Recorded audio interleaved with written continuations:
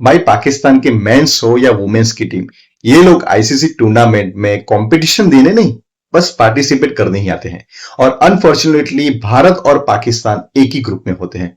सो tournament में जब भी आगे बढ़ने के लिए भारत की डिपेंडेंसी पाकिस्तान की जीत पे होती है, तब तक पाकिस्तान बुरी तरह से हारता है और सामने वाली टीम तो क्वालिफाइड हो ही जाती है, बट भारत का फिर टूर्नामेंट में आगे जाने का सफर या तो खत्म हो जाता है या तो फिर और टफ बन जाता है। पाकिस्तान अगर ऑस्ट्रेलिया के सामने जीत जाता ना, तो यहां से भारत के लिए चीजें थोड़ी सी आसान हो जाती, क्योंकि फिर उनको बांग्लादेश और ऑस्ट्रेलिया के सामने फिर जीतना ही था और कुछ नहीं।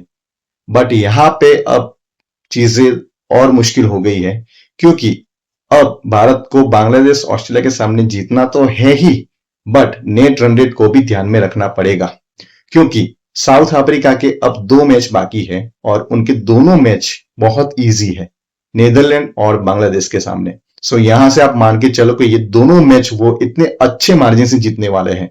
अनफॉर्चुनेटली अगर उनके साथ कुछ सेटबैक हुआ और कोई एक मैच हारा, तो फिर भारत के लिए एक छोटा सा विंडो ओपन होगा कि जहां पे वो फिर ऑस्ट्रेलिया के सामने जीते तो काम चल जाएगा।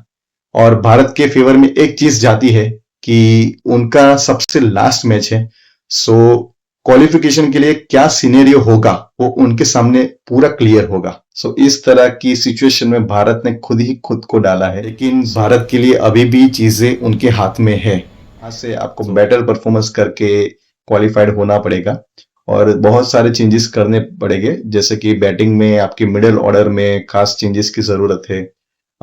यास्तिका भाटिया है, जेमिमा रॉड्रिक्स है, खुद कैप्टन कौर है, जिनके परफॉर्मेंस नहीं आ रहे, तो उनको अब बाकी के जितने भी यहाँ से नॉकआउट मैचेस है, ना सिर्फ बांग्लादेश ऑस्ट्रेलिया, लेकिन उसके बाद के मैचेस में भी अगर भारत आगे जाती है तो उनको परफॉर्मेंस देना पड़ेगा, क्योंकि यहाँ पे सिंगल इंडिविजुअल परफॉर्मेंस से आप टूर्नामेंट में ज्यादा आगे नहीं बढ़ पाओगे।